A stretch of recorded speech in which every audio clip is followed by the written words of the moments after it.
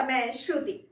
तमिल भाषी चक्रवर्ती राजगोपालाचारी हिंदी को प्रतिष्ठा दिलाने के लिए आजीवन संघर्षशील रहे। सबसे पहले गैर हिंदी भाषी राज्यों में से एक तत्कालीन मद्रास प्रांत में हिंदी की शिक्षा अनिवार्य कराने का श्रेय उन्हें ही जाता है। उनका मानना था कि हिंदी ही एकमात्र ऐसी भाषा है जो देश को एक सूत्र में बांध सकती है। देश के एकमात्र भारतीय गवर्नर जनरल रहे राजनेता, वकील, लेखक व दार्शनिक राजगोपालाचारी का जन्म 10 दिसंबर सन 1878 को तत्कालीन मद्रास प्रांत के सलेम जिले के थोरापल्ली गांव में हुआ। उनके पिता तमिलनाडु के सेलम के न्यायालय में न्यायाधीश थे।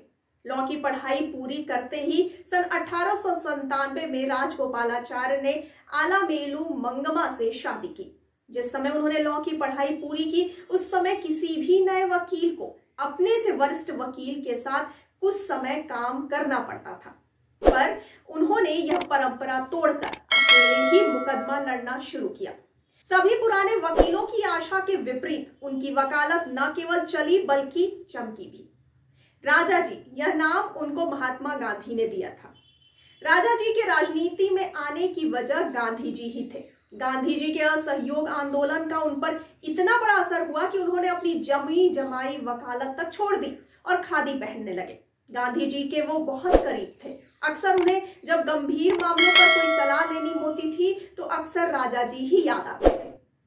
आइए अब आपको बताते हैं गांधी जी और राजा जी के समधी बनने का रोचक किस्सा। आपको बता दें कि दोनों लोगों की अंतरंगता इतनी थी कि राजा जी ने अपनी बेटी को गांधी जी के आश्रम में रहने के लिए भेजा।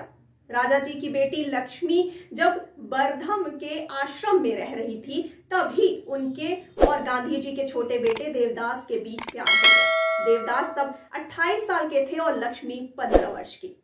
तब ना तो गांधी जी शादी के पक्ष में थे और ना ही राजा जी। शायद अलग अलग जातियों का होने के कारण दोनों उस समय इसके लिए तैयार नहीं थे।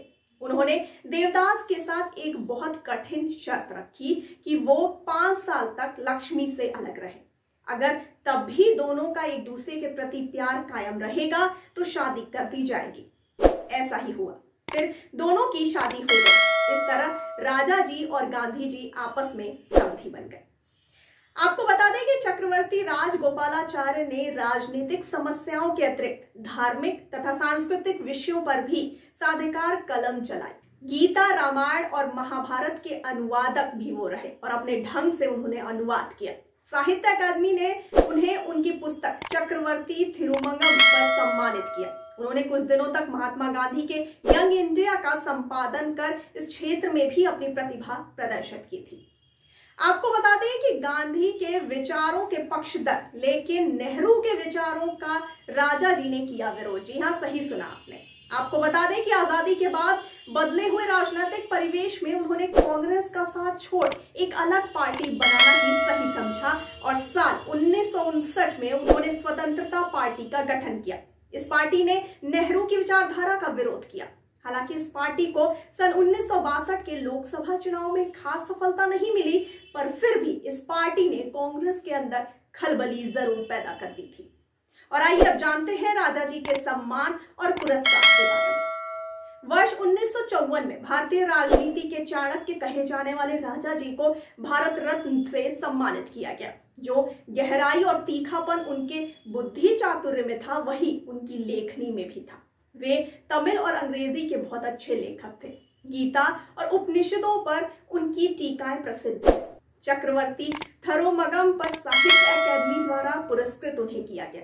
नशाबंदी और स्वदेशी वस्तुओं के विशेषकर खादी के प्रचार प्रसार में उनका योगदान महत्वपूर्ण माना जाता है। आपको बता दें कि राजा जी की दिनचर्या सन्यासी की दिनचर्या के समान थी। नित्य प्रातः नियत समय पर उठना, पूजा पाठ तथा आसन, प्राणायाम आदि करना और फिर लिखने पढ़ने बैठ जाना उनकी आदत थी।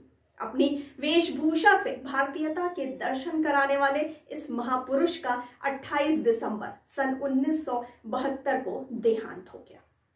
तो आपको इस पूरी जानकारी पर क्या कहना है? अपनी राय प्रतिक्रिया हम तक जरूर पहुंचाइए कमेंट बॉक्स में कमेंट करके, और साथ ही साथ हमारे चैनल को लाइक, सब्सक्राइब और शेयर करना ना भूलिए। और मुझे दीजिए इजाजत। धन्यवाद।